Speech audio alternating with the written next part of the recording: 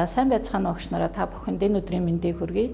За уур амьсгалын өөрчлөлтөө Монгол хамтарсан арга хэмжээний хүрээнд ахлахангийнханд зориулсан нүүр өсрөгчийн уул мөрийг тооцоолох гэдэг хичээлийг та бүхэнд танилцуулах гэж байна. За энэхүү хичээлээр бид нар өдөр тутмынхаа амьдралын явцад бид нар нүүр өсрөгчийн ямар уул мөрийг үлдээж байгаа, тэрэн дотроос хамгийн их ялгаруулж байгаа нь юу юм, хамгийн бага ялгаруулж байгаа нь юу юм.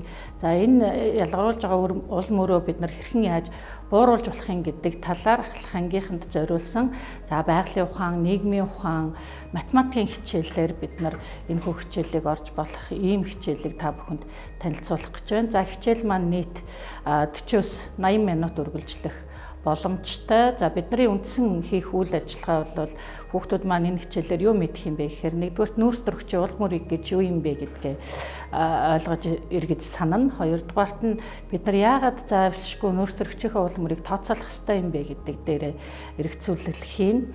За гуравдугаарт нь нүүр өсрөгчийн уул мөрийг тооцоолдог ямар арга хэрэгслүүд байдгийг, онлайн нөхөөсрүүд байдгийг тэдгээрийг ашиглаад бид өөрсдийнхөө нүүр өсрөгчийн уул мөрийг тооцоолох арга аргачлалд суралцаж, за тэдгээр их усрүүд дээр өөрсдийнхөө нүүр өсрөгчийн уул мөрийг тооцоолно. За 3 дугаар тооцоолж гарсан үр дүнгээсээ бид нар анализ хийж өөрсдийнхөө уул мөрийг хэрхэн яаж тооцоолж бууруулж болох вэ гэдэг дээр эргэж хамтарч ярилцсан. За тэгээд хүн бүрийн оролцоо ямар чухал болохыг энэ хичээлээр бид нар ойлгох гол зорилготой юм аа. За хичээлийн үндсэн ойлголтын цаана бид нар түлхүүр үг нь юу ах вэ гэхээр нэгдүгээр нүүр өсрөгчийн уул мөр гэж юу юм бэ гэдгийг ойлгоно. Хоёрдугаарт нь нүүр өсрөгчийн уул мөрийн тооцоолууруудын тухай ярилцсан. За тэгээд уул мөрийг хэрхэн яаж бууруулж болох вэ гэдэг дээр бид нар гол ярилцах юм байна. За багш хичээлээ бэлтгэхийн өмнө энэхүү хичээл маань онлайн их сурвалж нүүр өсрөгчийн уул мөрийг тооцоолууруудыг ашиглаж байгаа учраас нэгдүгээрт хүүхэд бүрт компьютер, таблет, гар утас, за тэгээд интернет орчин байх хэрэгцээтэй. За тэгээд багш хүүхдэд агуулгаа ойлгуулахын тулд, хамтарч ажиллахын тулд дэлгэц, проектор байх зайлшгүй шаардлагатай. За хоёрдугаарт нь бид нар интернет их сурвалжуудаа онлайнаар болон офлайнаар татаж авч бэлтгэсэн багш өөрөө урьдчилж судалсан байх шаардлагатай.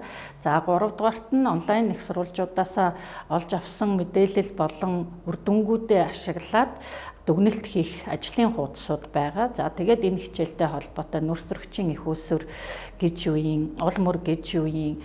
За тэгээд энийг яаж бууруулж болохын гэдэг талаар багшид зориулсан нэмэлт мэдээлэл их сурвалжууд байж байгаа. За дэлгэцэн дээр та бүхэнд онлайн их сурвалжийг QR кодоор өгчихсөн байна. За энэхүү QR кодыг уншуулад тэр нүүр өсрөгчийн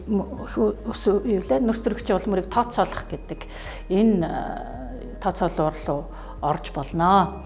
За та бүхэнд дэлгэцэн дээр байгаа QR кодыг уншуулад энэхүү их сурвалж руу ороход та бүхэнд ийм дэлгэц харагдана. За дэлгэцээс харахад их сурвалж маань тооцоолуур маань ингэж харагдаж байгаа. За та бүхэн ялангуяа ахлахангийн сурагчдад орж байгаа учраас хэлний бэрхшээл гарч магадгүй. Энэ маань англи хэл дээр байгаа их сурвалж байгаа учраас тэгэхээр линкээ Google Chrome дээр нээх юм бол шууд орчуулах боломжтой байдаг. За тухайлбал маусныхаа баруун товчийг дараад Translate to Монгол гэдэг дээр дарахад пэйж маань шууд Монгол болж орчуулагдах боломжтой. Тийм учраас та бүхэн хүүхдүүдийг шууд энэ дээр монгол хэл дээр ажилуулах боломжтой.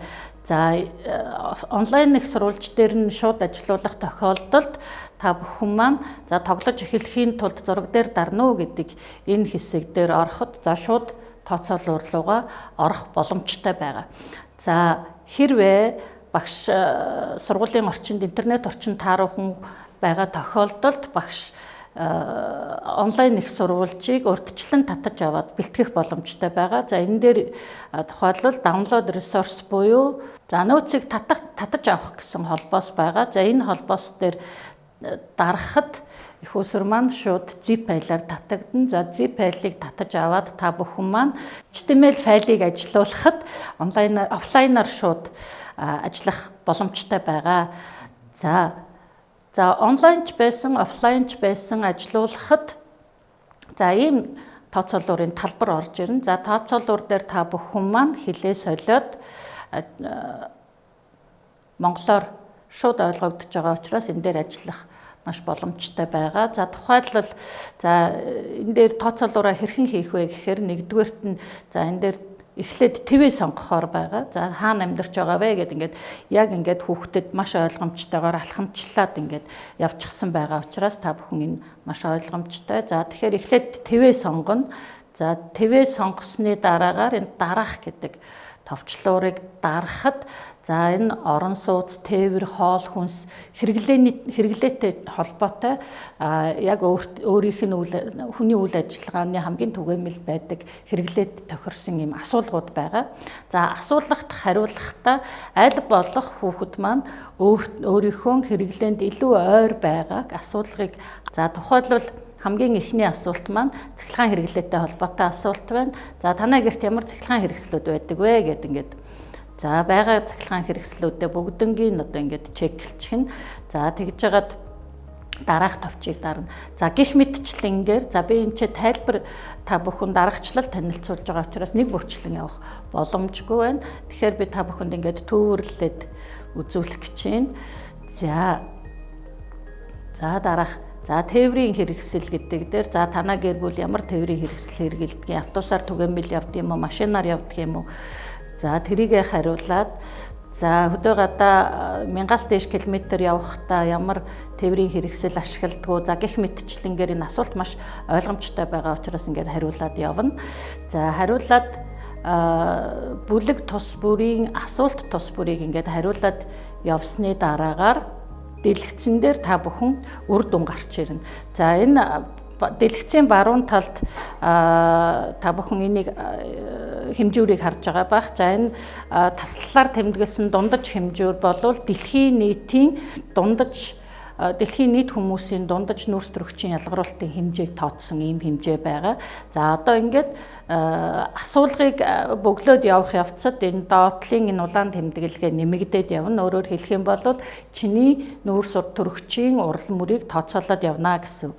Асуулга тус бүрт хариуллаад дууссаны дараа чиний хэрэгэлдэг нийт урал мөрийн хэмжээ тооцоологдоод гараад ирнэ гэсэн энэ санаа явж байгаа. Тэгэхээр би энийг ажиллаж үзсэн байж байгаа. Тэгэнгүүт миний нүүрс дургчийн урал мөр бол дэлхийн дунджаас нэлээд дээгүүр 6000 гаруй нэгж гарч байгаа. Тэгэхээр энүүнтэй холбоотойгоор ажиллаад дуусахад би интернетийг өдөртөө хамгийн багадаа хамгийн ихдээ 5 цаг хэрэгэлдэгч гэдэг юм уу.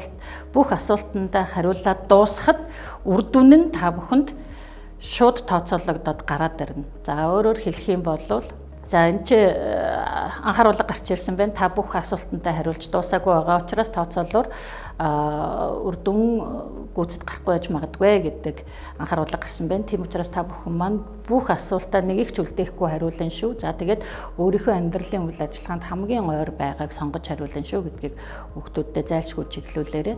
Би аргачлал тайлбарлаж байгаа учраас бүгднгийн тайлбарлаад явах боломжгүй байна.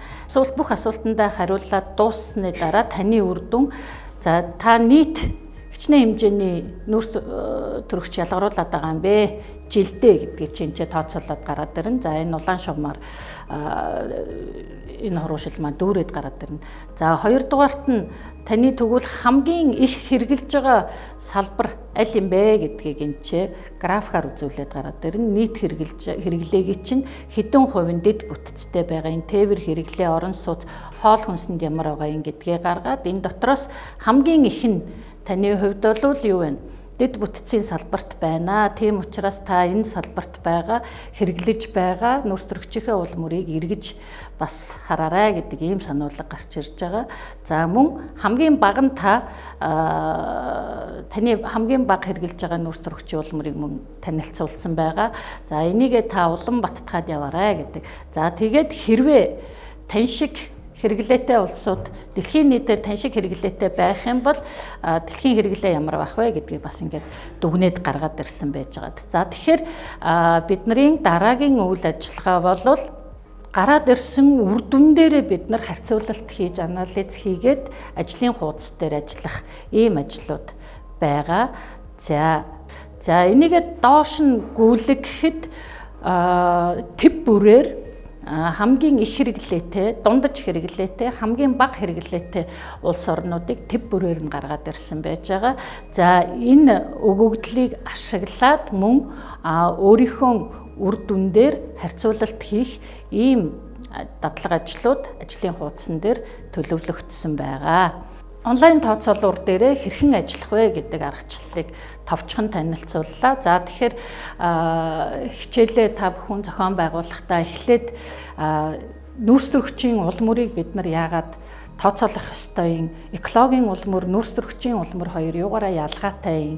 За тэгээд дээрэс нь энэ онлайн их сурвалж дээрээ бид нар яаж тооцоолоороо хийх юм, хэрхэн яаж ажиллах юм гэдэг арга аргачлалыг хүүхдүүдэд танилцуулаарай. За 3 дугаарт нь сая онлайн тооцоолуур дээр ажиллахдаа түрүүн миний хэлээдсэн санамж буюу хамгийн өөрийнхөө амьдралд ойр байх асуулгуудыг сонгоорой, үнэн байх талаас нь хандаарай. За тэгээд нэг ч асуулгыг орхихгүй байх гэдгийг хүүхдүүдэд маш сайн сануулаарай. За тэгээд гарч ирсэн үр дүнгээ ашиглаад бид нар ажлын хуудас 1, 2, 3 гэсэн үйл ажиллагаануудыг бөглөж багаараа хамтарч дүгнэлт гаргана гэсэн ийм үндсэн үйл ажиллагааг төлөвлөсөн байгаа.